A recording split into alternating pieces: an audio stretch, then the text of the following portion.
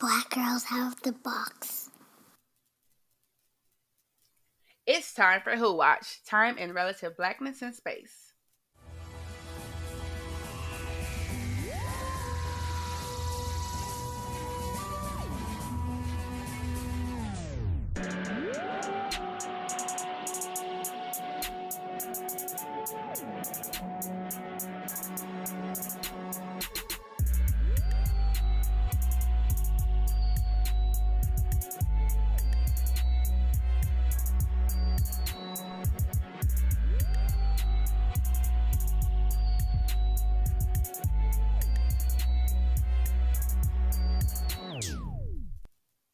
Hi, everyone. It's Delia Nicole coming to you live from the Time Vortex.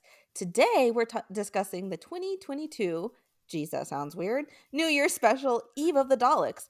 In this episode, there's a time loop, some Thasmin, and nothing hurts. Yo, I want y'all to know that I really was coming in with the energy. I'm like, do we even need an agenda? The agenda is Thasmin. But don't worry, we did add a little bit more structure than that. But y'all know what it is. Y'all came to this podcast, y'all know what it is. If some of our listeners also listen to Queer Archive, you also know what it is over there. It's just one of those things, y'all know what we're about. Y'all knew when y'all saw this episode and were like, oh, I can't wait to listen to Tarbis this week. You knew what it was. Yeah, my favorite thing about this episode, on top of the episode itself, is the fact that I got to get the live commentary from Delia and Delia was watching the episode, because I was like, yeah, just go ahead and drop the commentary in the chat. Yeah, just let me know what you think. Did. I just nothing. I was like, yeah, just whatever. And then I saw the questions popping up, and I'm like, oh, it's gonna be a point. And then I knew exactly when she got to the weird comment, and then I was just like, yeah, she there. So it was very fun to have it and know that she was gonna go through the same journey, because we have both been what's going on with the situation. So I mean, we're gonna get more in detail, but it was because I also watched it late because I'm visiting my family. It was for the holidays, but we're still here for a while. And they were behind, and I think I talked about in our season final episode for Flux, I talked about how, I cannot wait to rewatch Flux with my family because I know they haven't watched it yet and they're behind. And so we have been watching it little by little, but they've gone so slow, and I was trying to wait for them because they wanted to watch the New Year special. I was like, well, we could get it's just the 6 little episodes, Flux. We could get through it. We did not get through it. And I was like, yo, we have to record this podcast. I really was not tracking in the holiday mess of it all. So I was like, sorry, peeps, I'm gonna have to watch it without y'all. And I just want to shout out to our community and our listeners and Nicole themselves too, because not a single person spoiled it for me. I didn't even have my mutes on. I just was like, it's a New Year's special. There's not going to be that much that. I wasn't that pressed because the specials usually aren't really heavy plot wise, typically. I mean, every now and again, but I just wasn't worried about it. And yet somehow, but by the grace of God go I was not spoiled. So shout out to all y'all, every single person that was like, should I talk to Delia about this, and did not. Y'all's are real ones, because I truly watched this so late. Yeah, I loved it. I loved getting the little live reaction. I was like, yeah, it's happening. And then knowing it was going to also then escalate from that point. And I was like, oh, she's going to lose it in 12 minutes or so, maybe. Yeah, I really thought, and okay, so wait, before we get into more of the episode, I also just randomly the night before I watched it had a dream about Thasmin, and I remember waking up man, I know that that's not what's going to happen, but I just wish more than anything that's what would happen. Once you dream about it or have it in your head, I'm like, I don't care what the special is about. I just want it to be about Thasmin now that I have this story in my head. And I mean, my dream didn't happen, but it was about Thasmin. What the heck? Yeah, I was literally like, oh, this is just gonna be a cute little palette cleanser, to get, bring us down from Flux and the transition to the plot, and then I was like, oh, they did. I literally was I had to pause, no, did that just happen? Let me go, let me walk away. I think I got up, walked away and it came back like, okay, let me hit that little 10-second rewind. I Like, did can't that believe. happen? I did already. I had to play it back. Anyway, we'll get Oh, to like, let it. me read these captions. Like, does that say what I believe it says? It sure did. So, this episode, we won't like I this episode, okay, it's called Eve of the Daleks, so they're all Daleks. People are like so tired of Daleks, but honestly, I was not that mad at it. Like it was like the Daleks of it all. It was fine. So Yeah, I like them in this. basically, the Doctor is trying to reset the TARDIS, because as if you'll remember from Flux, the TARDIS is very sick. And she's like, I don't know how long it's gonna take. I've never done it before, so we're gonna like chill on a beach. And of course, us as viewers are like immediately like, well, you're definitely not gonna be doing that. Not only because we're watching this episode, but your track record is shaky at best. You're not going to a beach. And they don't. They're in a storage facility in Manchester. So yeah, they come out, the TARDIS is literally cracked. Like Dan's like, is that supposed to happen? And it's unclear if that's supposed to happen because the Doctor's never done this before. I really thought when I saw it, I was like, oh hell, we ain't go. I always hate when the Doctor like is without a TARDIS. I'm like, that's Yeah. your backup. Like you don't. Oh no, this is bad Yeah. times. I'm always like, oh no, not the TARDIS, like not my baby, because the TARDIS is kind of the true hero because Right. like that is the the cone of safety. Once we are back at the TARDIS, once the TARDIS is available to us, we are generally safe. Like it's getting to and from the TARDIS is the danger part. In the TARDIS is the safe part. So when the TARDIS itself is not well and it's not functioning, and then it's like, oh no, we are really out here. Like we are exposed, we are vulnerable, and like, but to like that cracked TARDIS, like I'm gonna need them to make a Funko Pop or some type of, because it looks It did so look cool. cool. I was like, I know this is not what we want in the world, but I would like a representation of it because I was like a really cool effect, and I was like, oh, there it goes, it's glowing and everything. Again, they still got a little budget left over from Flux. They say, we got a little something. We can put a little stank on it, since we're not doing too much in this episode. We keeping it real nice and like insular. So we might as well go ahead and give it a little razzle dazzle to the TARDIS. And I appreciate it because I really do like a cute little glow effect. I'm a simple person. Honestly, put that on a t-shirt with like some glow in the dark effect, like that glow in the dark ink for the like cracks, like Oh, that period. would be perfect. Honestly, I don't know any artists, but y'all know what to do. Y'all know, make it happen. Link us. So yeah, it ends up that they're in this storage facility in Manchester that is owned by a person named Sarah, who's played by Aisling B. And the other person that's here is her like only customer, I guess, and his name is Nick, who's played by Johnny Salmon. Salmon? It's spelled salmon. If it's salmon or something more formal sounding, I'm so sorry. um it probably sounds better not in my American accent also, Yeah, I was but gonna say, I'll I think throw it's in one of as those well. things where it's like exactly how it's supposed to say it, but with none of the like flair of an accent. So it just. Yeah, this American accent's not doing that name justice. I'm so sorry. Um Also, wait, before we get to the characters, I just want to know that this episode was directed by Annetta Lawfer, who is a black woman. Yes. Hey, Yes, let's I was already go. excited to see that like we were having another like a female director in general, and then like, oh, it's a person of color as well, like levels. Because like the best episodes have been coming for this run, this little run, Mhm. have been coming from the little people with a little razzle dazzle. So I was like, yeah, I was feeling good about the episode just based off of that, and that See, was. I don't know how I missed it. Like apparently, like in our community, it was talked about, but somehow I'm at like it went over my head. But apparently, it was already discussed. So like I didn't know this going in. So when we're introduced to if I knew that, I would have been more comfortable in this story. I think. However, I did not know that, so I was watching it. Pretty much, totally like a cold watch.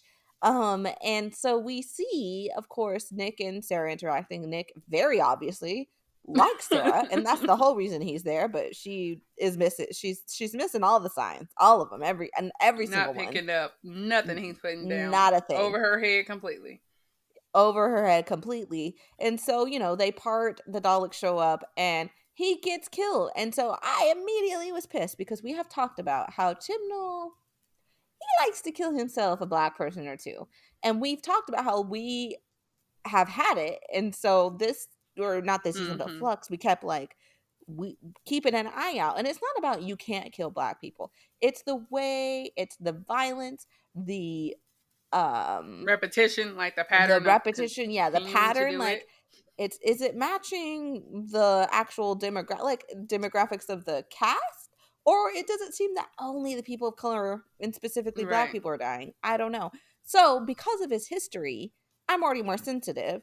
And so when he got first of all, I was already like, he's cute, I like him, and he got I was so pissed. Like, I Yeah. immediately paused and I typed to Nicole, I was like, oh, we back to killing black people out here. Oh, okay, I see how it is. Chibs, blah blah blah. Like, I was Right. out here ready to like Like grab guns my are torch and blazing. bitch. Yeah, it Right. was. And I was like, I'm obviously like, I'm like crazy good at keeping spoilers locked down for like anything I watch, because I usually just watch stuff before people. But I was like, I'm not replying at all. Like, I think I was like, yeah.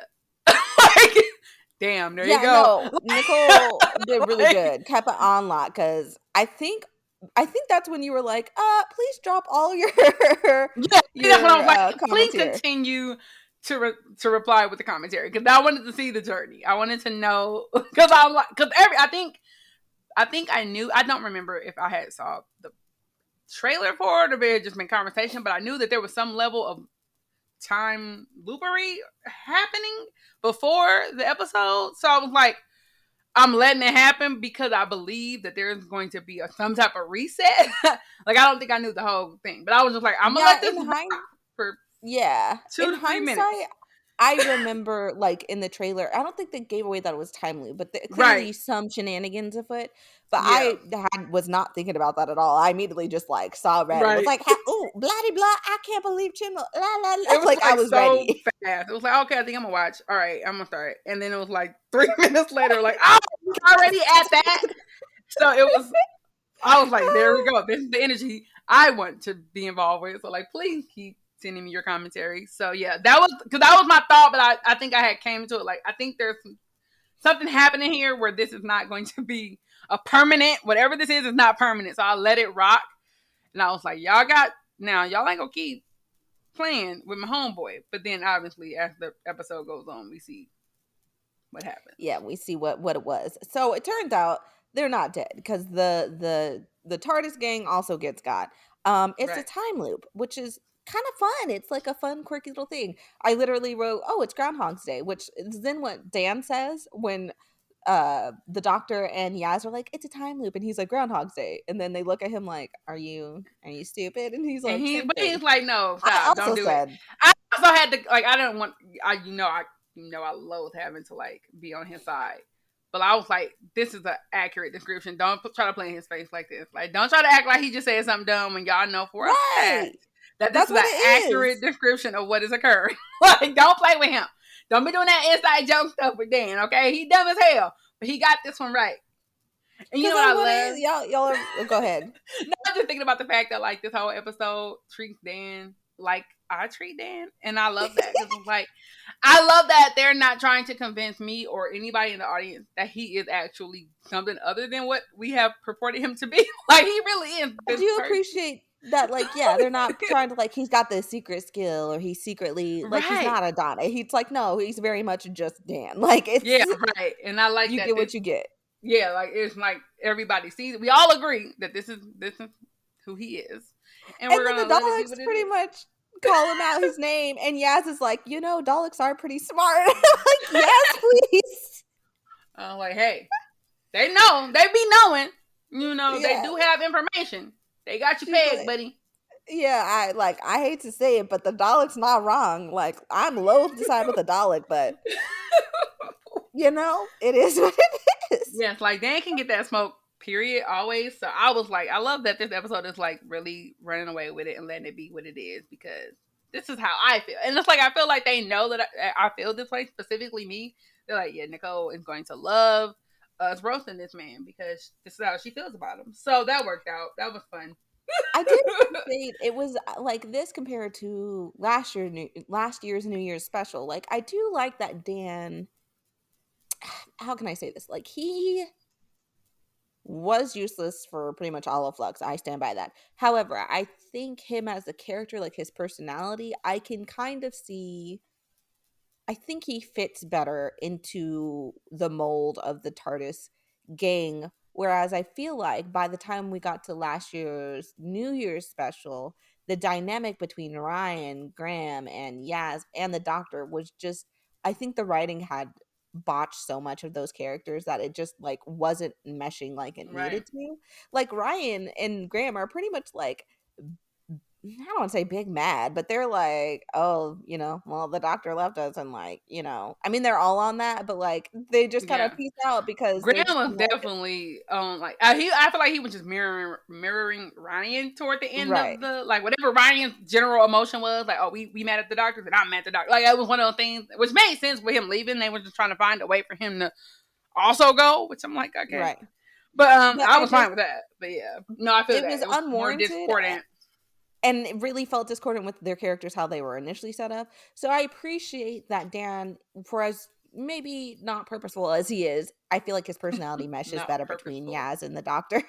I feel like useless sounds so mean, but like I you know was what I mean. like, I literally just locked that right there. I just put it in my banks of like a correction I can now make when my thought process has useless. I'm like, that it does sound mean. Not purposeful is so eloquent. Not But like he purposeful even is a very apt descriptor for this character. yes, he's But very apt. But he appreciate like his personality fits and he under like okay, well we'll get to it, but like he is I very know he's just perceptive like whatever. and like he appreciates the Doctor for what the Doctor is and what the Doctor has done. Like he says, "You saved the universe last time. Like I could at least go do this and like stall a Dalek." And like I appreciated that, especially again if you're comparing New Year's specials. Like hello, like Yeah. they were like big mad, like oh you out here just being the Doctor, and it's like well the Doctor's on some mess. Don't get me wrong, often not just 13, like all of them are always on some sort of mess also, but they do be in the universe and some of these humans, they really be not appreciating it. So I did appreciate that from Dan, if nothing else. Like it really gave me perspective, I guess, this episode. Whereas before I was like, I really don't get his purpose. Like he's fine, like as far as personality, but he's just kind of taking up space once again. But I was able to this episode realize, like, okay, he is taking up space and he is just fine. But compared to where we were, I do still think he's an improvement. So, Yeah.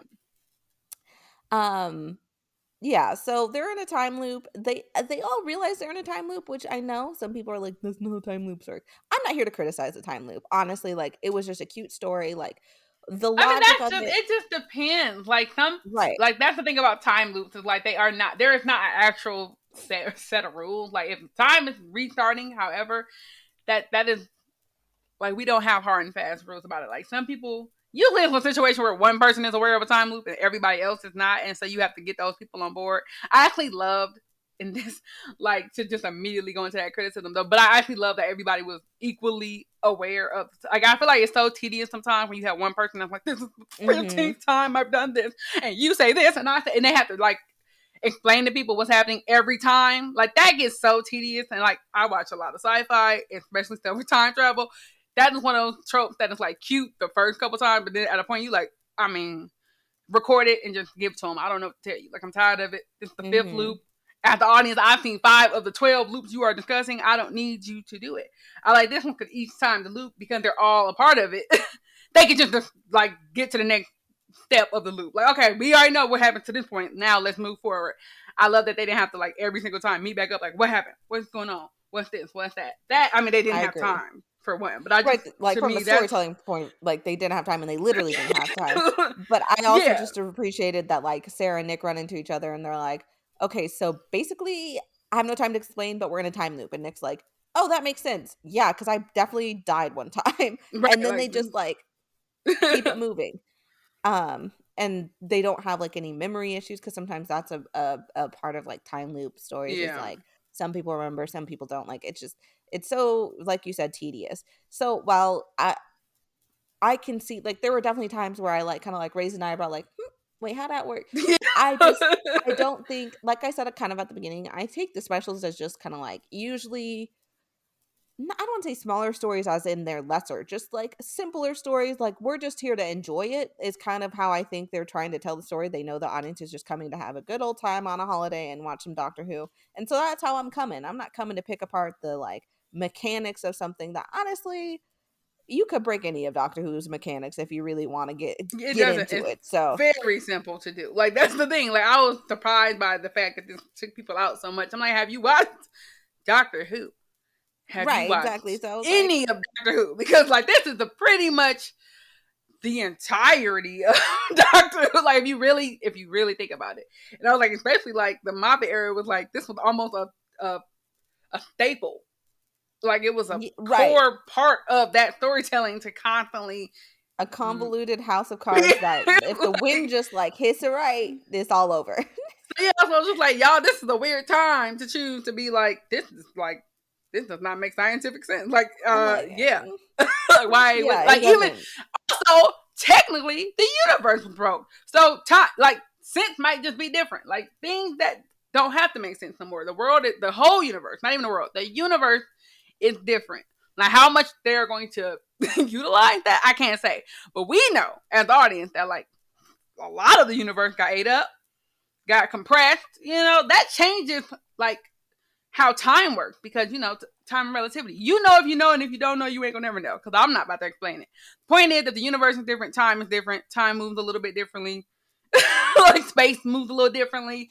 So Mm-hmm. whatever. I'm charging to the game that like the universe has changed. The TARDIS is also broke, which we see, or it's like it's resetting, but it's currently like unstable in that moment. And so things that should make sense don't because the time energy is all messed up anyway. So I'm Don't not gonna come let here with y'all your break regular try degular to like sci-fi rules. I'm not about to like this is one of the ones I'm not gonna let y'all like try to make it like it wasn't fun because it's like I'm not because then we have to if I have to apply the logic to everything, I'm gonna break every single episode y'all love because I can do it. Like I really can. um no, I was like, I'm letting all this happen. Whatever they talking about makes sense to me. That's And fine. I love to practice critical fandom. Like that's why we're all here. But like Right. sometimes I think it's okay to just sit back and enjoy and not think too hard. Not to say if there's something wrong to not call it out, but like you don't have to pick apart everything. And if that's your bag and you enjoy to do that, like go for it. But just know like that's not what I was here for this Right. episode. And it wasn't that serious to me. Um so yeah, the time loop kind of like it's definitely wibbly wobbly, timey wimey of a time loop. But basically every time they die, it resets. Like once all of them are dead, it resets. And I say dead loosely. They get exterminated, but obviously they're not dead. Right. Um and I think people are also missing the point to me. And again, if you have those criticisms, like live with them, you could like that's fine. Like I don't begrudge you having those criticisms. Like I have disliked other episodes that people love. But I don't think the point was the time loop, like Right. the fancy mechanics of the time loop. I think what was way more interesting and way more skillfully done and what the purpose was to see the journey and like unfolding of these two characters over the course of Mm-hmm. these like snippets of time, like their personalities unfolded, their relationship developed, and by the end of it they come together with the time loop as a backdrop, really. And I thought that was so fascinating seeing Nick Me and too. Sarah. I mean, we also see it with Yes and 13, but we'll get there. We're focusing on Nick and Sarah right now. um but we see them like growing and changing and learning and just these, I mean, really we start with 8 minutes, then 7, then so on. So there, it's not a lot of time that they're getting, but we see this journey they go on. And I just think that was so well done because on the outside set, I did say Nick was cute. He was. He's like cute in an awkward, like, oh, this guy is kind of like awkward and socially missing some cues. Like, is he neurodivergent? Perhaps. I don't know. I know I relate to him a lot, so maybe. And Sarah is very much giving like overwork, underpaid, and like that's what you get at first. But as it develops, like I'm like, these two people are not necessarily like meant to be likable. I don't think. Like Yeah, I didn't Nick think is, so. I mean, they even say it that he's a weirdo. Like he has a bunch of like stuff from his old girlfriends that he's keeping in the storage. And I know on paper that sounds weird. We'll get to it. Um, and then you have Sarah, who's got like, I guess, this guy boyfriend, not sure, I who think is it's a taking it. cousin.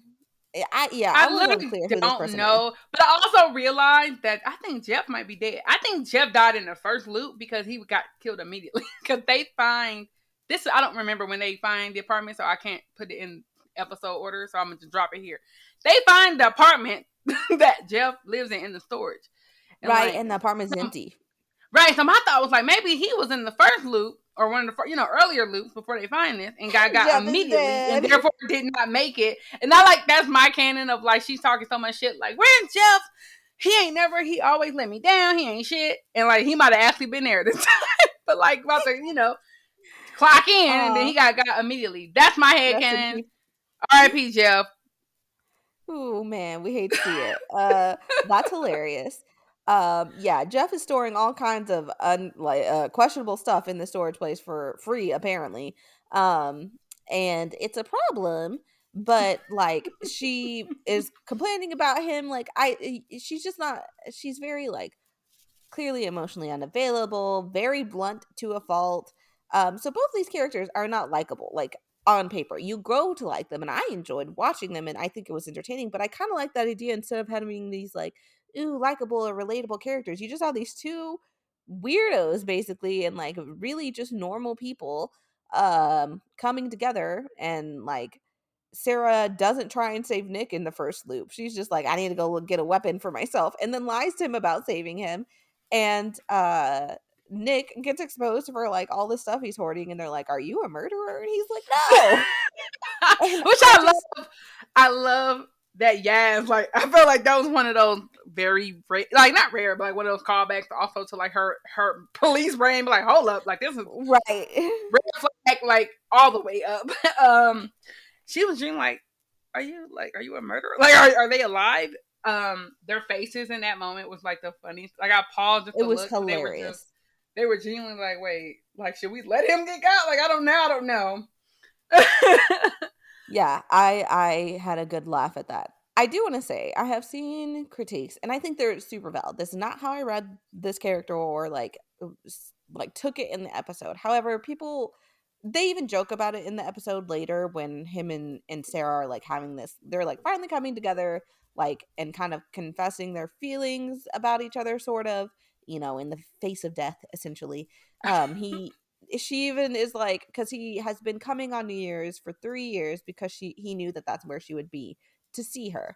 And she's like that's kind of stalkery, and he says I think it's more unrequited. Like it would be stalkery if I was menacing you and all this stuff, but like I just liked you but was shy. So um but have seen people who walked away from the episode feeling like it was kind of triggering for them based on experiences they've had with like mostly femme presenting people, and like the experiences they have had with guys.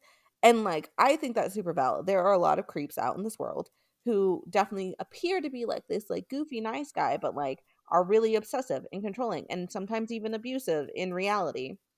And so I can understand how these red flags of like Nick keeping and labeling all this stuff that like women have left with him, like maybe it comes across more like he's keeping and labeling prizes. Like I can totally see that interpretation of it.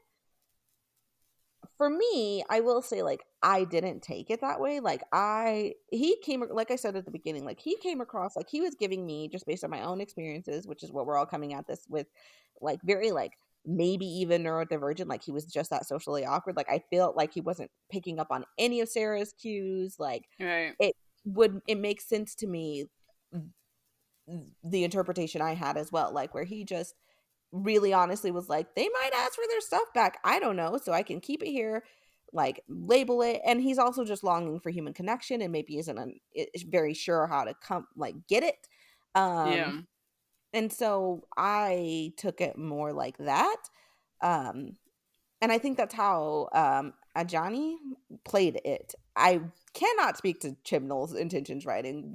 Chibnall is a hit and a miss with his writing of characters. Right. So who is it? Like it's weird because he can sometimes really nail it, and sometimes he's very I think there's sometimes like an idea in his head of a person or a character, and it doesn't always come across in how he writes that character. But I agree that for me, I feel like Nick was extremely in that category of a character who does not like is not at all understanding of like the way that his behavior, not his even behavior, but the way that things read, because he just did not have that concept. Like it just felt like, again, I think neurodivergence is a accurate, is a can be an accurate read, right? And I also was just like, if you don't know, you don't know what you don't know, right? Like it's one of those things. Like he doesn't seem to have people that he's like, oh yeah, like I don't think he would have ever told anybody this story about this storage space. It's just a thing he does, right? And he doesn't know that everybody else doesn't do it because he doesn't really talk to people, right? Like that's my thought. Like,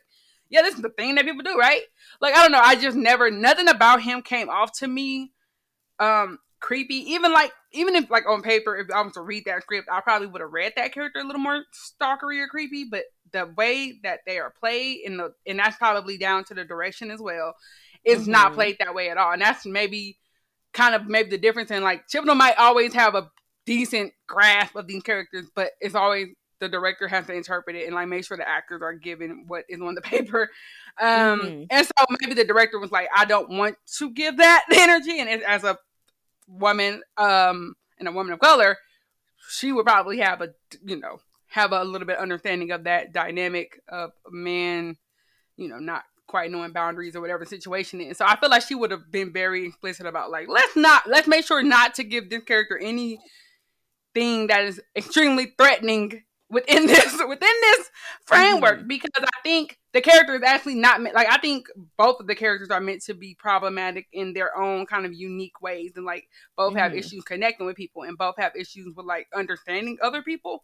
It feels like what they get throughout the time loop is empathy, and like they get the perspective of other people that they just never have for whatever the reasons are. Like I would say with Sarah, it's like she's working a lot. She's trying to keep this afloat. So like the social life, she doesn't have it. She doesn't really have these. She's very insular. Like everything that's happening to her, she feels like I'm suffering. This is happening. All my friends are out there, right? Like that's how she comes into the episode. And Nick is very much like you said, I feel like just wanting connection and like, oh, I like her, but she's obviously not picking up on any of that.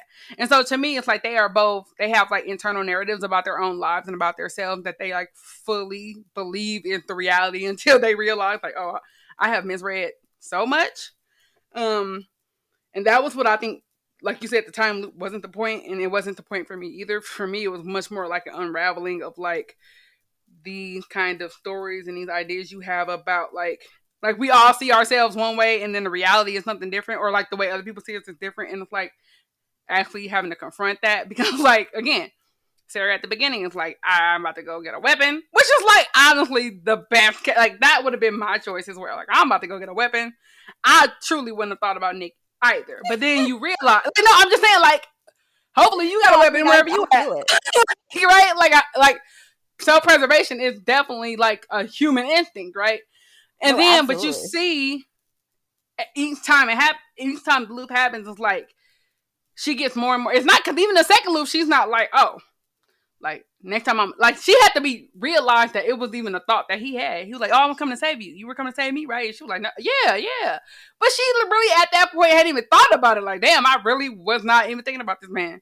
And so like over time, she realizes like, maybe if I like think about like somebody else, like if I really intentionally like focus on not just myself, maybe things change. And it does change, right? Like they get further and further through the loop. Like they survive in little different ways, in myriad ways. I mean, they still get got, but they last longer each time because they are getting more like cohesive in terms of like their intentions and whatnot. And I feel like, I don't know, but I definitely feel like those characters being extremely flawed were necessary to make it feel like at the end it was like, yes, we actually have like growth, good, like a whole kind of resolution in like a small way. Like these are like a microcosm of bigger things, but like, yeah, we're gonna just kind of pare it down to something that's like easily distilled for people to be able to get in 1 hour. Like we can only do so much character growth in that amount of time. So it's a time loop that helps us speed up that process.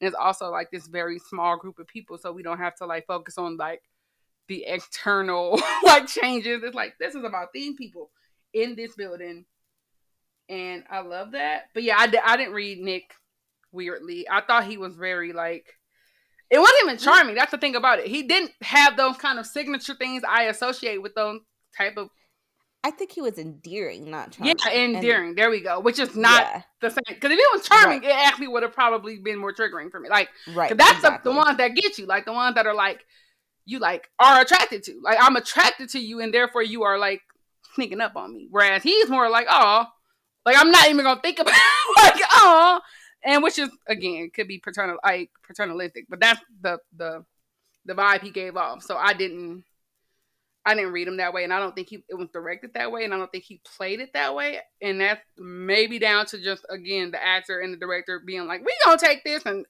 make it palatable." Like maybe Chip the Rope did not realize he was writing it this way. Yeah, But that's because he why definitely was played like if you think about the lines themselves, could go in either way, like some of the right, stuff he says.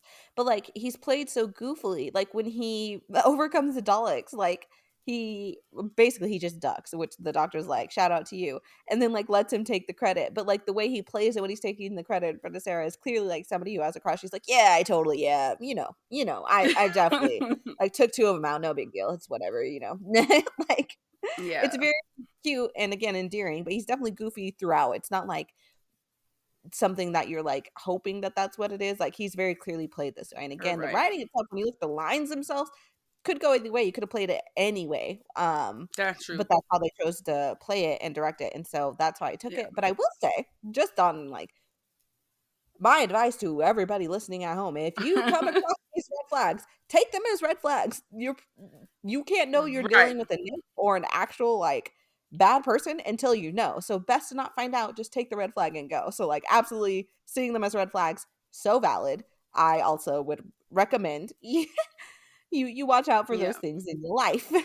yeah, and I appreciate that Sarah is very vocally calling out every time these things happen. Like she obviously takes it to a point of like attack when she's like, "You are so weird. Like it's so weird Yeah, she beyond weird, hurts his crazy." feelings, but Like like also takes it to the full extent, or which is like if that was a person who was actually like really dangerous, that would have maybe been like a breaking point. Like in any other show, I would have like, this is not the time for this. But like because I'm like, this is Doctor Who. Like my mind was like, this is fine. But yeah, so she definitely calls it out every time. Even like when they're at the point where they're what Deli was talking about when they're like finally starting to like express feelings and like, oh, I've liked you for 3 years. And she's like, oh, that's so stalkery. That is still like a jokey banter because I think she realizes like mhm. who he is and has kind of figured out that like he's just a genuine person that does not know how to be normal. Like, Mhm. which is fine because she, I'm gonna just skip. It ain't even skip it because it's a time loop. So they get here like really fast, but just like good-hearted weirdos are actually the keepers. Right. Now that's my Which quote for later, but the reason I bring it up is because once she realizes that like he's weird, but that like he's a good person, that's where the shift happens for her. And it's not like he's not gonna stop being weird, is what I do recognize. Like, oh, he's definitely weird. But mhm. he's not like he's a good person and like these quirks or things that I can like live with. But also when she says that, Let's go. let's get it. Okay. Let's get it. So like no offense to Nick and Sarah, very cute story. They both grow. Sarah We love learns it. to be We love it. like selfless. Nick learns that he was being a little weird, stop being that weird. So cool, love that. But there's two love stories in this story. Period. So Okay. so if y'all are here, I assume you've listened to other episodes of our podcast, so you know what it is. You know, like the little details we were picking up throughout Flux. And also you can find it literally all over the internet. So there have been tons of Phasmin. Phasmin being the ship name, a ship being like when you are rooting for a relationship. I know not everybody goes to fandom lingo. Um, but is the ship name for 13 and yes, Phasmin. So there have been crumbs throughout, and it's like, are these just like queer baiting because they know the fandom wants it? Is this Chibnall just really not putting anything in, but the directors are like, but we kind of ship it, so we're gonna slip a little something. We're gonna play up the moment. Is it the actors playing it that way, even though it's not being written that way? It just was so in the nebulous zone. Like there was something there. It's just like, where is this something coming from that we just weren't clear on, right? Ha! Well, let me tell you.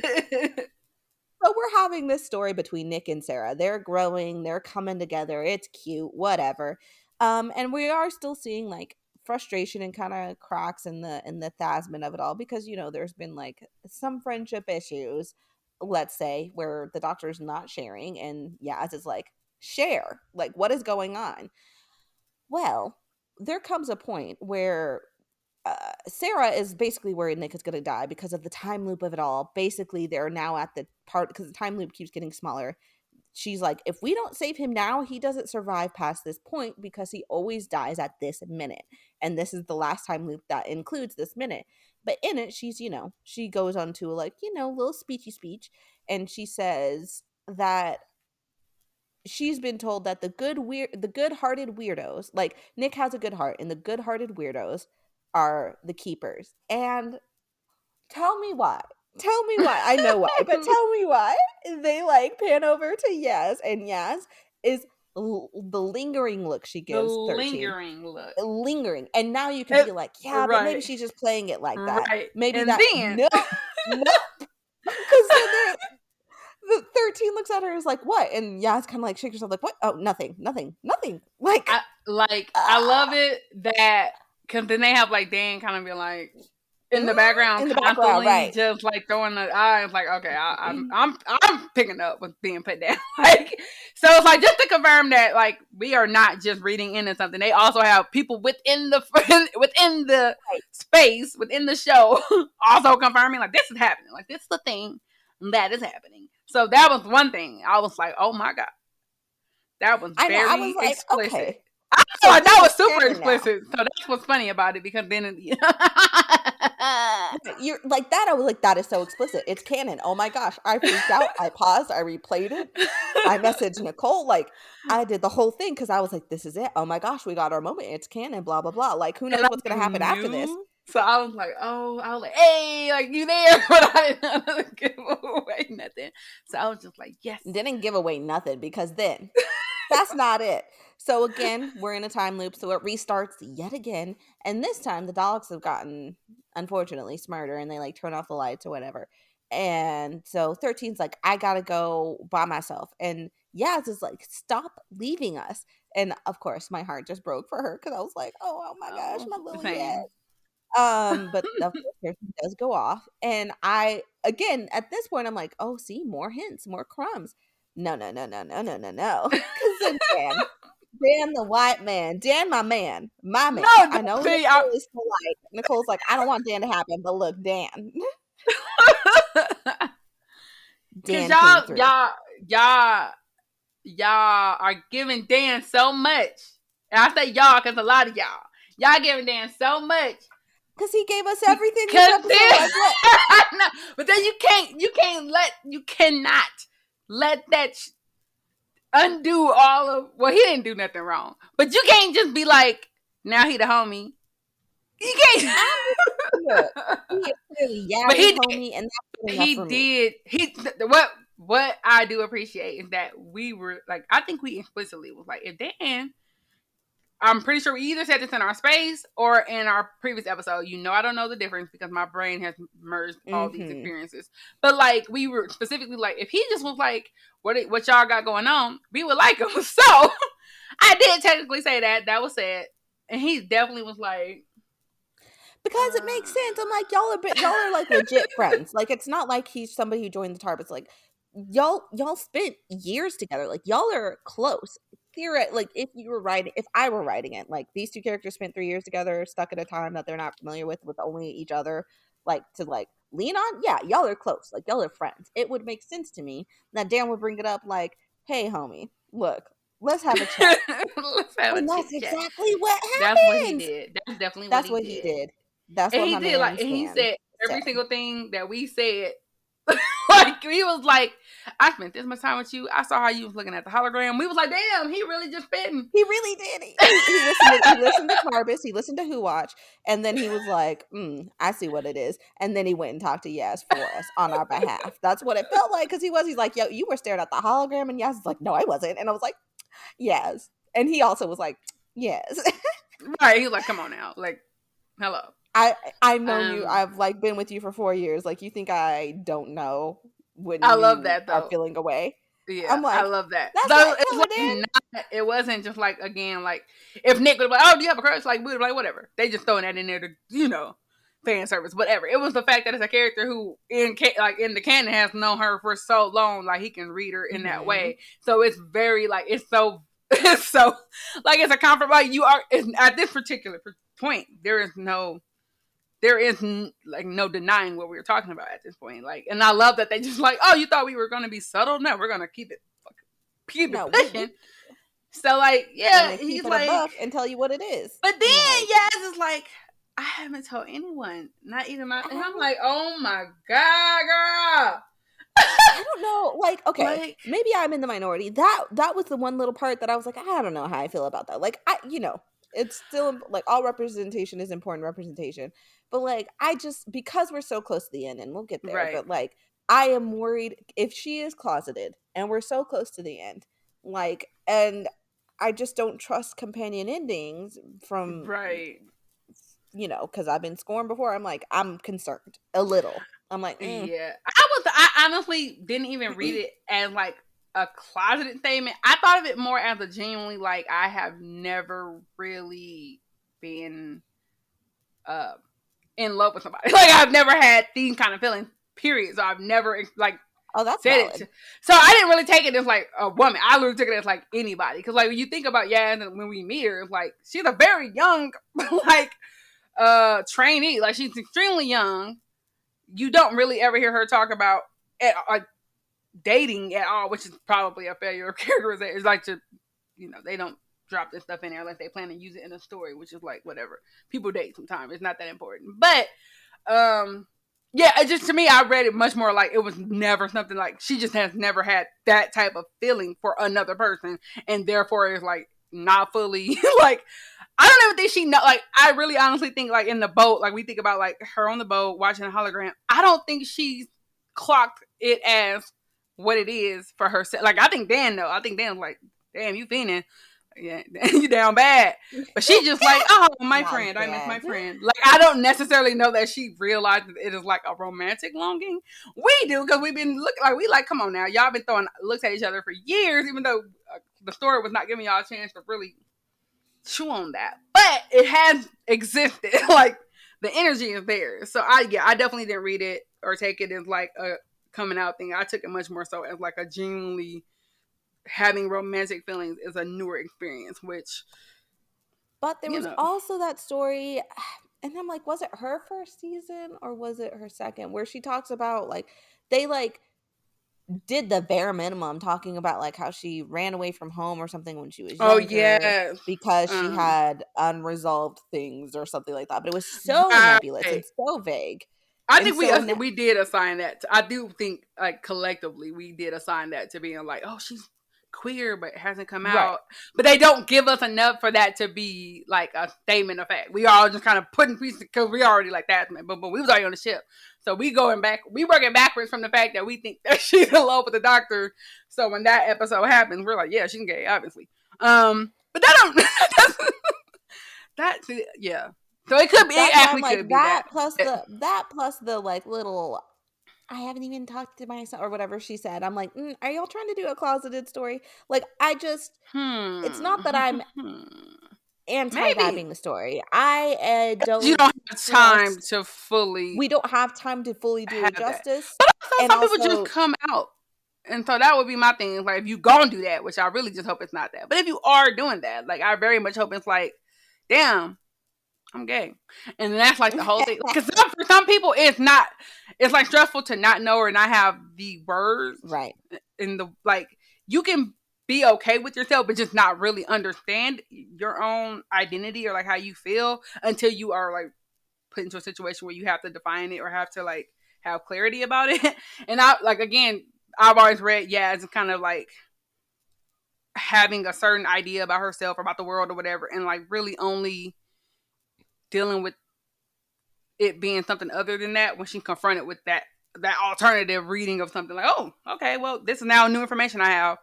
I'm going to now fold that in. But like other than that, other than like experiencing it herself, I don't know that she has the like not necessarily imagination, but I just don't think that she thinks about things until she's experienced them. Like, so I feel like being queer, right, and being scared of those feelings because you don't really have an outlet for them versus like now have a queer crush or whatever, like I'm in love with a film presenting person and I'm a film presenter or whatever. Wow, is this what this is? But then just have once you have the language for it, once you know what it is, it's like it's maybe not that big of a deal. You know what I mean? So hopefully if they're doing a coming out type situation, it's done in a way where like the trauma isn't the point, or like the coming out. Because I actually don't think they didn't really set it up to where it would be if it was an issue, it's an internalized issue because her mama was down with it. Her mama was like, "Are y'all dating?" Oh yeah, no, it's not like a. So that's what I think. It's like you would have to really justify her having that kind of internal, which doesn't to me feel like something she would be super. Now again, teenage Jazz, who might have had like we don't know her. We know a little bit of her family life, but we know her family life in that moment. We don't know her family life years before where she was younger, right? So younger Yaz might have had a conflict that present day Yaz wouldn't have. So like my hope would be that if they are doing that they are very much not leaning into that being like a traumatic or like That's my word. Process. I hope not. I hope it was like just a either throwaway line or she meant like Nick saying, because I just don't really think they have the time nor the range, to be honest. Right. Like they could have had the range if they gave it time, but no. So I'm hoping that's not and like it doesn't need to be the core of it, because like it could like at this point for me, especially based on the other like storylines we've had in Doctor Who that were meant to be progressive but really just traumatic. I am totally fine with it just being like they're gay, what about it, and like not even really acknowledging it that way. Like that's kind of what I'm hoping it ends up being, but we'll see. So yeah, Dan's a real one. He like looking out for his homie Yaz. But then, and I appreciate that. But there's more because you're like at this point I'm like, oh my gosh, so Yaz is confirmed to have feelings for the Doctor. I am beside myself, so excited. No longer care about this so much stupid time loop. Like it wasn't a stupid time loop, but that's how I was feeling. Right, it was like at this point, like I do not care what happens at this particular point. I just need us to move forward with this here. And so my brain is already going, I'm like, okay, so is that how like their like time together ends? Like she admits it to the Doctor and the Doctor's just been so oblivious and wrapped up in herself, like, but they don't really ever come together. Like, I don't know. I'm already like ideating like what could happen with this storyline now that we know Yaz has potentially unrequited feelings for the Doctor. But Dan was like, nah, we're not playing that. I don't got time. I've been sitting here for 4 years. I'm over it. Shout out to Dan. He's like, I'm not here for the slow burn. Like, this is too much, y'all. See, me and Dan, I will get to. I have to, man. Me and Dan have to be on the same wave again because I also don't do the slow burns. Like, I like communication. I like people to be like, "Hey, what's good? I like you." So me and Dan on the same page on this. He's like, so like I usually like a slow burn, but he does. Go ahead. No, but he literally was like, you know, she likes you, right? He's like, yeah, I like her too. He's like, no, which of course I knew that was exactly what she was going to say. I was like, now you know the Doctor's just going to be like, yeah, me too, like, and he's like, no, likes you, and then she's like, what are you? I don't know what you are saying. He was like, now come on, like we grown. I love that he really was just like, I love that his like tone was like, now look, let's not. I love that because it's like, I'm not about to play with you today. Like, today, I'm not about to play with you.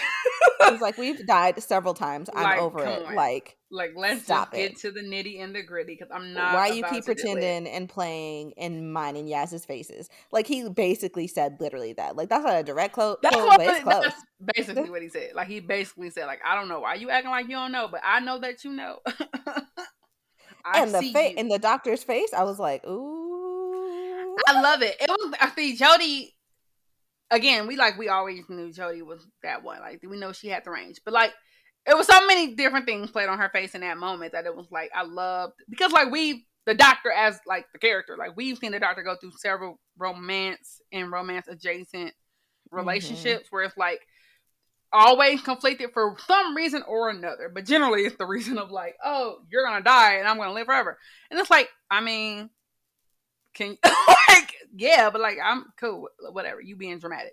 But in this situation, that conflict is so much more like pertinent than I feel like it ever is, because the doctor's been getting threatened. Like this whole episode, and them like, we coming to fuck you up specifically. Sorry about the cuss. We coming to get you specifically. So already you on our list.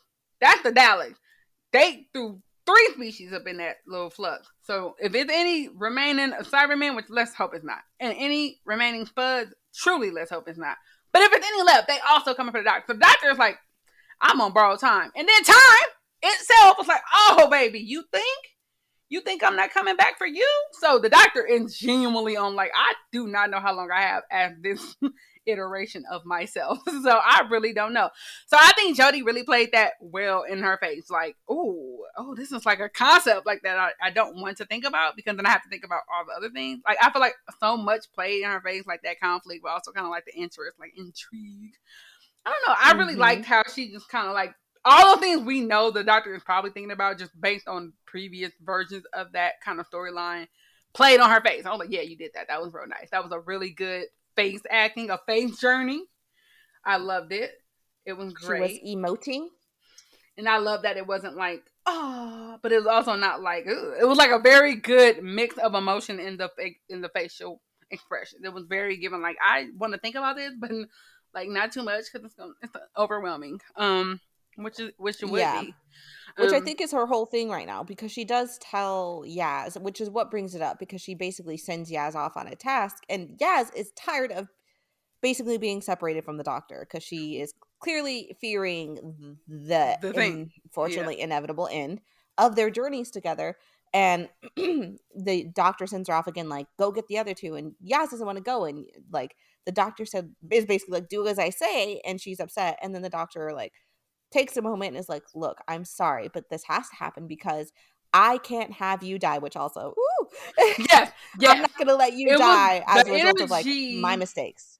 Yeah, it was not like it was a different, like, and again, we know that was a different energy than like, oh no, I'm not going to let people die. It was very much like, yes, I don't want people to die, but it was very targeted. Like I'm not going to lose you, yes. Yes, that's what it felt like to me, and that's not even just coming from a shipper thing. Like that literally was like, oh damn, like how the line was delivered, most romantic thing that has happened on this show. Like, it was one of was that how it was written? I don't know, but that's how Jodie played it. So like, so period. It was very, very like, and so I love that. Very powerful. Even afterwards, so when they're back on the TARDIS, Yaz asked like, "What did you mean?" And the doctor blows her off. So I think once again, like I think the issue is not that the doctor doesn't have feelings for Yaz. The doctor just has so much other stuff. She is like, I can't add this thing. Like I don't have the emotional bandwidth to deal with this. Like, can you just stay good and all right now? Like I just don't have time, which is actually a very realistic and common failure in other relationships. Like people get so wrapped up in their own stuff, like as soon as like their partner or whoever like starts having problems, it's like, not you two. I literally just need you to stay fine until I can deal with this stuff, and then we can deal with us. And of course, to the partner, they're like, that's not fair. Absolutely not. I need to deal with this now or I'm dipping. So that could be how this ends. I don't know. But I want to point out that after they got out of the building, magically, I will let y'all have that. They magically got out the building. And when it collapsed, because they used fireworks as the like ignition source, it had like a cute little fireworks display. And Yaz is looking at the fireworks and she's in awe. She's like, "Oh, that's so cute." And the doctor is looking at Yaz like, and Dan's in the background looking at both of them like, that's like the thing Dan is just literally the eyes emoji at this point. Yes, I literally, this is my notes. It's like I have so many eye emojis in my notes. It was like when the weirdo line, I'm like, yes, eyes. And it's like, like Dan, eyes. Like, because he is literally like, yeah, I see it. Y'all see it? Like, and I feel like it almost feels like breaking the fourth wall. Like, he's like, y'all see that, right?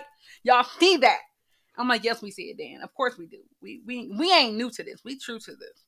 But yeah, so that I just wanted to bring. I wanted to really just remind y'all that it's real out here, and that is a very like that is officially canon. Like we're not making this up.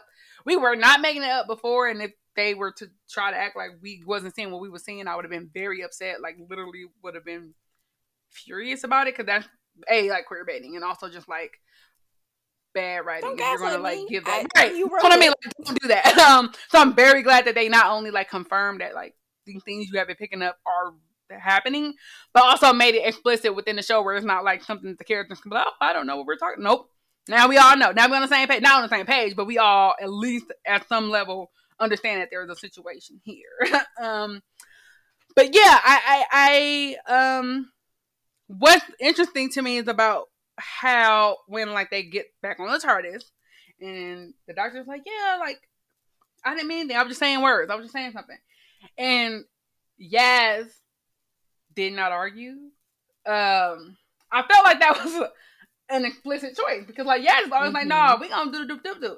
Something about that was like like I really it like stood out to me that Yaz just smiled like, you know what? Okay. Because I feel like once she kind of came, like one thing kind of forced her to think about it, like her feelings a little bit and like really just name them. It helps her think about her relationship, like how she reacts to the doctor, and like after this experience, obviously, it's like having a little bit more perspective of why the doctor might be pulling back. Cause like even though she acting like, what did you mean by that? I think she knows. Like I think she has the idea of like what the doctor means by that. Like you were there, like you saw some of what happened, and like the immediate result of us doing what we did is like me, the Daleks trying to kill me right now. You know what I mean? So like, I think Yaz not fighting it or not really making a point to like argue in that moment was like, you know what? You probably are not. Like we're gonna get where I want us to get to. Like we're gonna have that conversation that we have been talking about having for let's assume weeks or whatever. You know what I mean? Like they've been talking about like we're gonna go to the beach. Because this isn't it's implied that they were gonna go to that beach that day, lay up in there, play with some sea animals, and have a little chit chat. Like that was the implication, and they didn't get that. A beach So date. they literally like that's where they were on their way to, and then she said we're not gonna have that conversation on the beach. So like that was the plan. That was what they had put in the schedule. Like we're gonna have that talk. So I think yes, after having this experience, it's like I do want to have this talk, and I really want to know what happened and know your experience. But something about like that time loop and like all these kind of emotions coming out, I don't know. It just made her feel like, you know what? I'm just gonna enjoy the ride. Yeah, That's how I took it. I feel like she was because she was settled in like her own feelings. It made her less not even combative, but just like you know what? I'm gonna give her time to get to where I am now. I think that's what it was. It's like every episode of Flush, she like, what's going on? Doctor like, I ain't dealing with you right now. And it was like she always had to argue it back, mainly because I think she just like didn't like not knowing. And now because she knows her own feelings, right? Like she's accepted her own feelings. That's like a level of contentness that even in itself, even if it's unresolved or unrequited, knowing how you feel is like it's kind of grounding. Like so she's just like, you know what? I'm gonna let this rock because now I know where I stand and how I feel. So then like going forward, I can like react to stuff and like engage with this knowledge as opposed to like where I'm just confused internally. So everything externally was confusing as well. I don't know. It just feels like a good resolution of Yaz as a character for herself. You know what I mean? Right. There's a lot of peace and acceptance. Like that's true in real life. Like just accepting like this is where I'm at. I understand it now. And I don't need to do anything about it. Or I can but like the control and power is back to me. Like in the knowledge of what it is that's happening and why I'm feeling so not necessarily desperate. I mean, like desperate makes it sound like, ooh, she's desperate. Like legitimate, like a valid. She's been traveling around the doctor, got left in 1901 for 3 years, got like left for 10 months, like in freaking like when she for like the New Year last year's New Year's special, like totally legitimate how she's feeling and how like frantic she's felt because also she's seeing people who have ended their time with a doctor and she's realizing her feelings about being left are a problem and very strong. And she's also like looking like Ryan and Graham just dipped. Like they didn't have a problem. Like, what's wrong with what's Right. happening? So valid why she was feeling so frantic, but coming to the realization and understanding, I think can bring Yeah, a lot of peace. that's what I think the difference is. Like the way Yes. she leaves it, like she normally lets the doctor do whatever, but like, there's just a different energy. She's just like, you know what, this this is it. This is our dynamic right now. But at least I know why I feel this way, or why I felt so fearful, or why I felt so like abandoned, or whatever the feelings were. I think it's like now she has named it and like knows what it is, and that like changes how, like, hopefully, like when they resolve whatever happens, that like she's just like she's just internally, like herself, she gets a happy ending. Like I want Thasmin as a couple to have together. Like I want them to be together. I want them to be a couple. I don't care. I know we have, because there's a whole different conversation we had about like the doctor having relationships. Due to like being like Right. several billion years old. Who knows? Because they just be deciding any kind of age at any old time. But putting that aside, I want them to be together. I want them to have a chance to be happy together. But I mostly want, like, if I cannot have that, the second best thing is that Yaz is extremely happy in whatever. Yes. So, like, if they can't be together, but it's like they have a good resolution, but she leaves on good terms and like in a healthy way and like alive, because like that's alive is top, like number one. But like that would also feel very, because I think again, just accepting and knowing how you feel about something does give you a level of freedom that you don't have when you are unsure. And so even if you don't get what you want in the end, the fact that you were able to name and call out what you want and to put like a face name to it, that is like a big deal. Which is kind of, it kind of mirrors Martha. Like, Martha was like, look, I'm not about to keep playing with you. You know what I'm here for. You know what I want. But you keep being wishy-washy about it. Because he was wishy-washy with Martha. It wasn't he was, like, the energy was, this might be a David Tennant. I just thought about this. This might just be an actor, like, charisma and, like, chemistry thing between them. But he definitely was giving the energy. So I can see why she, like, you keep saying words, but your actions ain't lining up with your words. So... like, but Martha was like, look, I know what I want and I know I ain't gonna get it. I'm not gonna sit here and play myself. So bye. So if they cannot be together, I would also be okay with Yaz being like, I don't want to have a half relationship and I don't want to have like a fractured relationship. I'd rather us leave like on good terms and like, with love for one another. But like, I don't want to get my heart broken or whatever the situation is. I'll be okay with that too. But also y'all need to just go ahead and let them kiss right off into the sunset. Be like, oh, the doctor out here with Yaz. Actually, that's what the doctor doing. And then be like, oh, next season, Joe Martin is, we going to that doctor. I don't know. I don't care how y'all do it because y'all can do it any kind of way. But you can let them be happy together. That's all I'm saying. I mean, honestly, this is just getting into our Ruth's rants and raves. And the rant being that Thasmin is happening at the 11th hour. Because, like, there's only so many ways this can end with so little time. And most of them end in like Yaz being upset, and I'm not down with that. So they need to figure it out.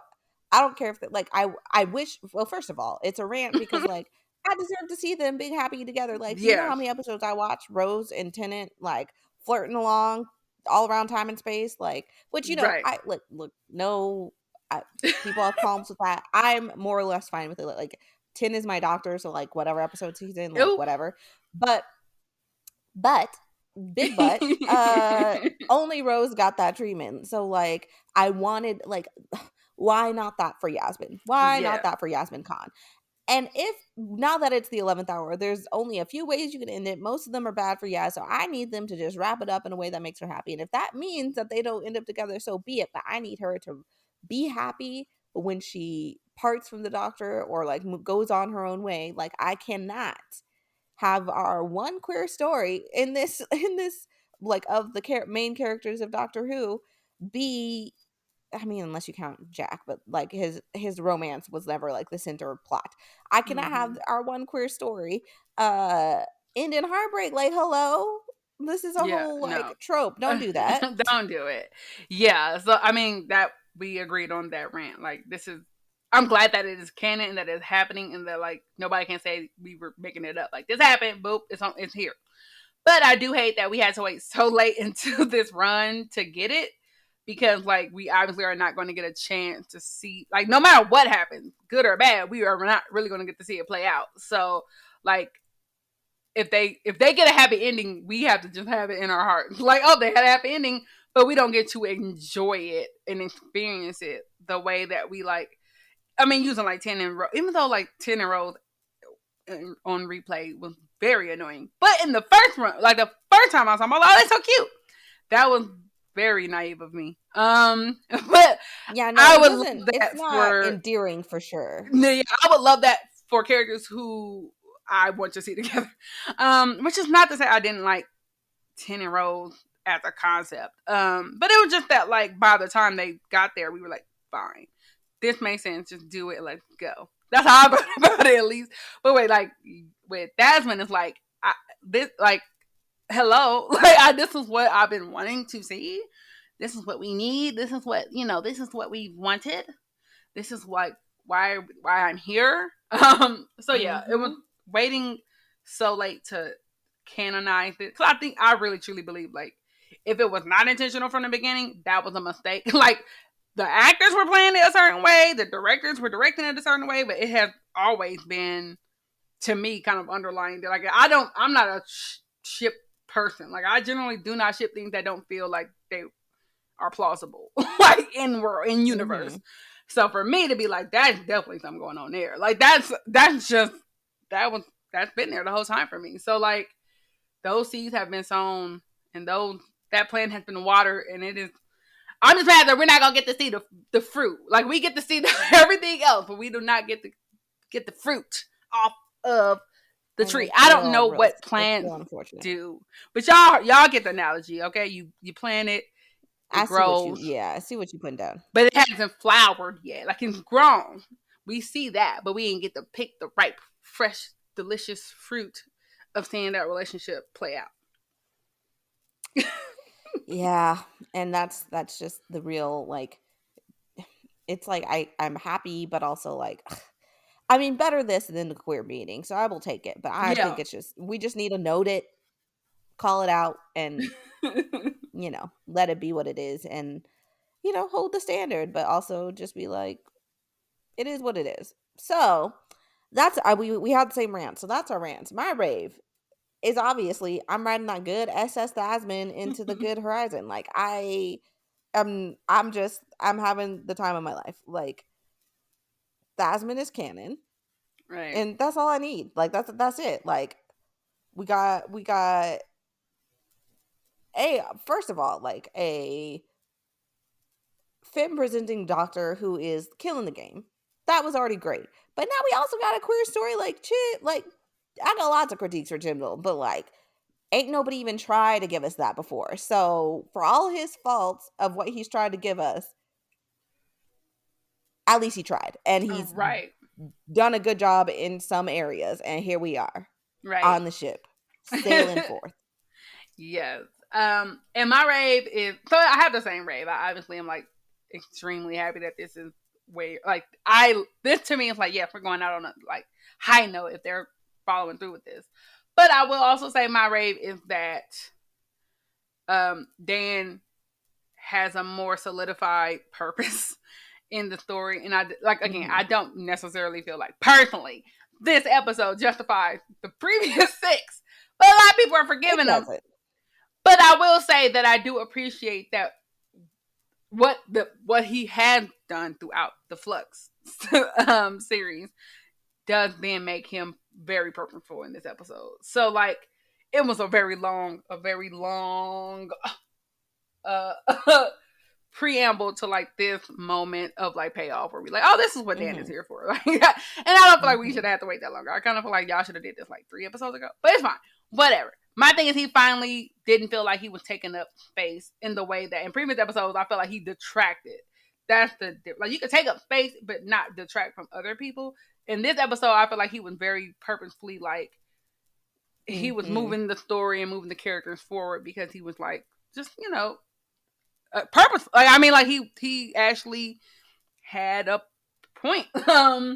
So yeah, I thought that was good. And it because he also was in service of the character. Like he didn't take away from them. He was in service to Yaz and 13. Like he was Yaz like 13.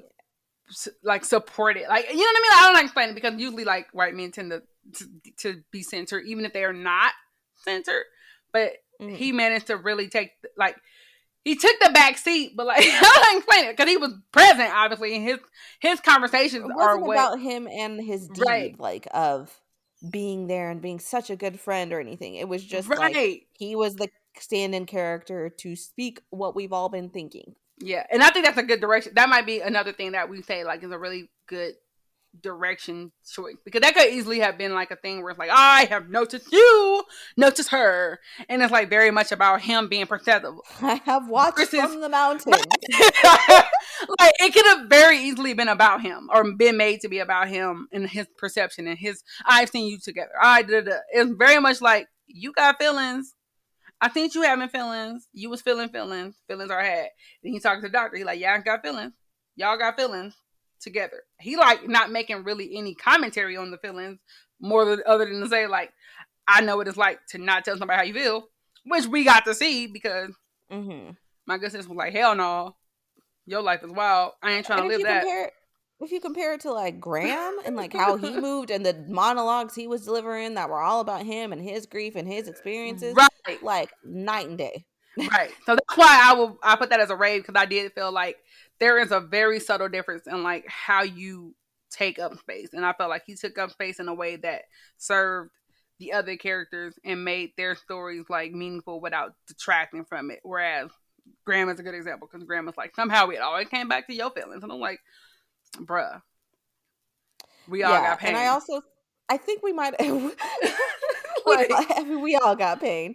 I think also, and we can move on after this, but I think, and maybe it might have been in our Twitter space, not last episode. So we did a Twitter space after our last episode went out, and we were just talking about like ways to fix things. And I think I talked about how I kind of felt like Dan had this trajectory and was there to be. It seemed like they were building up him to be more like Yaz's companion almost, because we see him like when they're in 1901, 1902, and so on and so forth, and like his character is serving Yaz, and not in a bad way. Like he's helping Yaz, he's helping push her character growth and supporting her as a friend and as a character.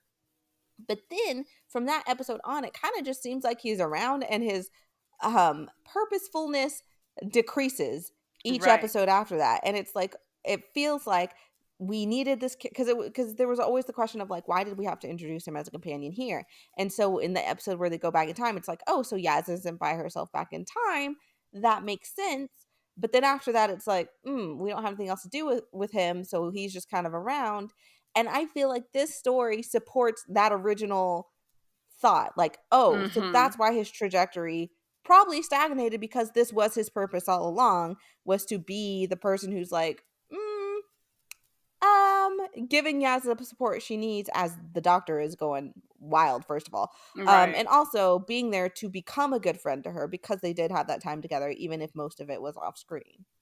Yeah, I think that. Yeah, I agree. I think that's what we envisioned for Dan. Like even just trying to conceptualize why he was there in the beginning, and then obviously it was like a few episodes where like he ain't doing that, and then he did. Like we had the episode when they were in the past together. And I'm like, okay, this is what we wanted. But then like you said, it's like after that was fulfilled, I'm like, oh, he's back to just being kind of decorative. And so I do appreciate again that they like brought that back and also made that time with Yaz meaningful in that like he could be the person that has that conversation with Yaz and it doesn't feel out of place and out of nowhere. Because again, any character could have observed those looks and been like, y'all, I mean, what's good? Like y'all are clearly feeling away. But coming from Dan, it feels more like, again, I feel like it legitimizes it more, even though again they do not give you opportunity to say this is not what it is, right? Like every time we think like, oh damn, they really explicit, then they got a little slightly more explicit to the point where it's just like they dating, no, but but yeah. So because I'm a character person. Like I like characters, so I want to have a reason to be invested in a character, and I don't plot is fun. I love a good plot, but I don't like if the plot is slow, but I like the characters. I'm on board as long as the characters are doing something that like they're being challenged or something. Which Yaz is constantly being challenged because she like I am in love with this lady and she is out here acting a damn fool. But now she knows that. First, I think she just like she acting a fool. I'm acting a fool. Dan acting a fool. What's going on? Because she didn't know, but now she knows. Like really knows. So yeah, I really appreciated how they did make Dan come back around to being like that sounding board and like that person who call because every series or every like era needs those people who are close enough to the characters to know how they are, but removed enough to call them out. If that makes sense, like you have like even with like Amy and Rory, like Rory is there most of the time is like is there pretty much, but he doesn't have the same entry point to the doctor and doesn't have the same initial emotional like connection to the doctor. So he is viewing things as an outsider, even though he's there the whole time. And so he can always clock the doctor in a way that Amy just would not be able to because Amy has that like those rose colored, you know, the rose tinted glasses and is like very just emotionally attached to the doctor. Where like Rory is like, I have fun, I love him. That's my dog, but he also on that bullshit. You know what I mean? Like so Dan has only ever really been Yaz's companion. He hasn't spent a lot of time with the doctor actually in the way that Yaz has spent with the doctor. So he has much more of a read on the situation, like without the I say it like with Rose and Tan is like, or no, sorry, I used Amy and Rory as an example that Amy always saw the doctor through rose-colored glasses because Amy had that emotional connection to him, whereas Rory did eventually like care for the doctor, but a lot of their relationship, he was just like that observer that's like, are y'all serious? Like, are y'all doing this? And so I feel like Dan is the Rory of this situation in that he's just there, but he's there for like with Yaz, whereas like Rory is there with Amy. He is not there for the doctor or like with the doctor himself, if that makes sense. So like yeah, I just trust that Dan has insight into like Yaz's emotions and like behavior that you know it makes it worthwhile. It makes it feel like earned when he's the person that calls out these like obvious things that we see, like these lingering looks and this yearning and longing and all that. Like it makes a lot of sense for him to be that person, and like it does pay off of like the time they spend together. It takes too long in the scheme of like this whole season, but it is a rewarding kind of like this is why he's here, this is what he does, and this is like what he's giving. This is what we needed because them two alone probably never would have gotten to this place. I don't think because again I think it's Yaz like just not realizing for herself like what those emotions were or like not really knowing what to assign them, like not know like not having the box, like the box we are like this is romance, you are in love, right? Like that's what we thinking, but she's just like I'm just having strong feelings. I'm scared to lose this person. I don't think she understood, and like having somebody who's there who knows her, because again, Dan knows Yaz. Like Dan knows Yaz way better. I mean, like way better than anybody else, probably, but the doctor, because of the amount of time they spent together, like in the circumstances that they spent right. together. That's what I mean. Like they were in the trenches for like, years together. Right? And it's like other than the doctor who spent that much time, we can assume because they were traveling a lot off camera off screen as well. But like he's there, he would have all of this information about Yaz that we don't have even as the audience. So yeah, I did love having him as the audience surrogate in terms of like calling the thing out that we see, but also it just made him as a character feel more substantial and more fulfilling of a purpose. Yeah, I absolutely that's what agree. I did. That's what I loved about it. So I will let him have one single solitary right, and that's it. He has, and we'll see how it goes from here. Because, like, again, if this is true and this was his purpose all along, I can see that it was just a plotting issue. Like, we can't make this moment come so quick because we have too much else to fit into the Flux episodes, which would be why his purpose seemed to stagnate at the tail end of Flux. And so I can give them that. if this remains to be like his like kind of role within the gang, he's the observer, the one calling out like the things that they're doing. And then after, if 13 regenerates, or like, you know, Yaz leaves and that dynamic shifts, that makes sense. That's fine. But if that's his role for right now, I can give him that. We'll see what he brings in the coming episodes. But for now, shout out to Dan. I'm Dan's gonna my let him man's. have it. Dan the man, he gets it for this one. So yay for him. No, I did. I mean, I really did like him in this episode. Like, just enjoyed him generally because I felt like he was actually, again, like the timing. It was like one of those episodes where he's just like effortlessly in the episode. Whereas some episodes, I'm like, why they had to make him fit in this episode. This one felt like he was actually like thoughtfully included. Um, so yeah, I appreciate all of that. And also, random thing that has nothing to do with anything else. Except, so when they like when the fireworks are going off and like dude is across the way, like, oh, it's just for me. Like that old boy from Woman Who Fell to Earth, like the one that was saved from the noodle monster. I forgot what that thing called. I cannot believe I reverted to noodle Is monster because that that's who what he I was? Because I yeah was like, yes. this is clearly some cameo that I done forgot. Like, I don't. I couldn't place it, but because the reason I figured it out was because I said when I first watched it, I was like, this man looks like Martin Shkreli, which is so weird because I don't know why I know what Martin Shkreli looks like. But that's how my mind cataloged that character. So I was like, He why? absolutely looks like Martin Shkreli. I was like, well, this is a Martin Shkreli looking man. And then somebody said something about like, oh, it's a cameo. I was like, oh, it's the guy because I remember saying the same thing. So I don't know what it means. It does feel like, I don't know if it's like a cute little callback or if they are actually going to like circle back to him in some way. But either way, I thought that was a little fun thing that it feels too purposeful. Like they added it. They were like, this is a thing. So yeah, I don't know. That was a fun little. I don't know if that's what is it? It's not an Easter egg. It's not like if you know, you know. It's definitely a character that people would know if they saw the episode, but I don't know what it means. But I did want to call it out because I feel like it might mean something, or he might come back. I don't know, but it was cute though. Yeah, I was like, okay, y'all putting this man in my face. Like, I know who that is, but Yeah, I was like, why is he here? And I was like, this man like Martin Shkreli, and I had that. Like, I was just like, why this? I remember having this thought, and then like randomly somebody said something. I was like, oh, yep, that's what it is. I remember now. that's funny.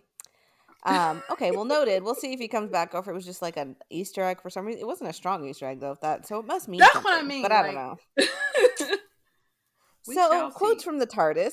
I only had one, but as we were talking, I was like, I gotta go put the other one. So the first one was, "No dissing my mate. That's my job." So basically, that's Yasmin Khan, who I adore. Um, the Sarah is, again, she's blunt to a fault. She like is not very nice. Like, she's not, again, I don't think these characters are meant to be likable on their face. But Dan is saying something when they're trying to plan as a group. And Sarah's like, why is he talking? Who is this man? Why is he talking? And then Yasmin says, "No dissing my mate. That's my job," which I just thought was cute. And of course, I hadn't seen the scene between them yet, but I was just like, look, they're just friends. I love that you can tell that their relationship developed from the time they had together. Little did I know what was coming. But it was a cute little line. Also, I just love Yasmin. Yes. The other one was obviously the biggest takeaway line. I didn't put it in because I thought it was obvious, but as we were talking, I was like, nah, we're gonna have to also put that in quotes from the TARDIS, which is, "Good-hearted weirdos are the keepers," which was said by Sarah, but that was obviously the moment when things The shifted. moment. Yeah, that was my quote, T quote, but I had said it earlier. But yeah, to reiterate, good-hearted weirdos are actually the keepers. It's like I love it because like I also agree with that. I feel like that's all our friends. Like no shade. I mean that lovingly. Like we are all Oh no, good-hearted absolutely. weirdos. Like, I feel like I qualify as a good-hearted weirdo, and I love that. Like, Right. I'm like, you right, we are the keepers. Period. Like, I tell them had about it, Sarah. I had one. Okay, so I had one more quote that I didn't put as a quote because it was what my comment is. My thought is like when when Nick is about to get got for like the I don't know like the seventh loop toward the end, and he's like, "Thanks for the therapy," and like they blew up all the X and stuff, and he says X Terminate. Exterminate. Yes, he Okay, did. but my notes with that were like, I literally would have shot him too. Like, I literally would have been like, "You, that pun deserves extermination. Like, don't do this." But it was like funny because it was like very bad. Like, It was I know such you a bad coming pun. back, right? I was like, I can't deal. Like, it literally, I can't deal with this. It's just hilarious because he was sitting, he got that set He up and he was yeah, waiting for that dollar. He thought of that. right. He was so That's what I excited. mean. Like, he was like, I can't wait to drop this one. Like, this is gonna be bars might drop. Like, that was his last words in that loop. Like, sir. Like, Yeah. He's again he's a good-hearted weirdo. I think he's meant to right. be goofy. I loved his character. I loved both him and Sarah, like for what they were meant to give. I loved them both. Yeah. So that's it for us today. I mean, you got a lot of Thasmin shouting, and I hope there will be much, much, much, much more. But until then, and again, there's gonna be a break between episodes because y'all know what it is. Y'all know how Doctor Who be playing us these days. Until then, you can check us out at blackgirlscreate.org to find all the stuff we do because we do lots. You can find us on social media. You can follow us on Twitter at Black Girls Create. That's BLK Girls Create. You can follow me at Delia is Typing. You can follow Nick at Queer Specimen, or just tweet at us using the hashtag Tarbis. We go find it. We'll peep it. We'll chat at you back. And if you enjoyed what you heard, you were like, I like this point of view, or you're like, I just like to hear people shout about Thasmin because I like to shout about Thasmin. You can always drop us a hashtag Tarbis tip over at blackgirlscreate.org/support. All tips help us keep our TARPUS instruments calibrated and our sonic screwdrivers charged. So we appreciate any and all support.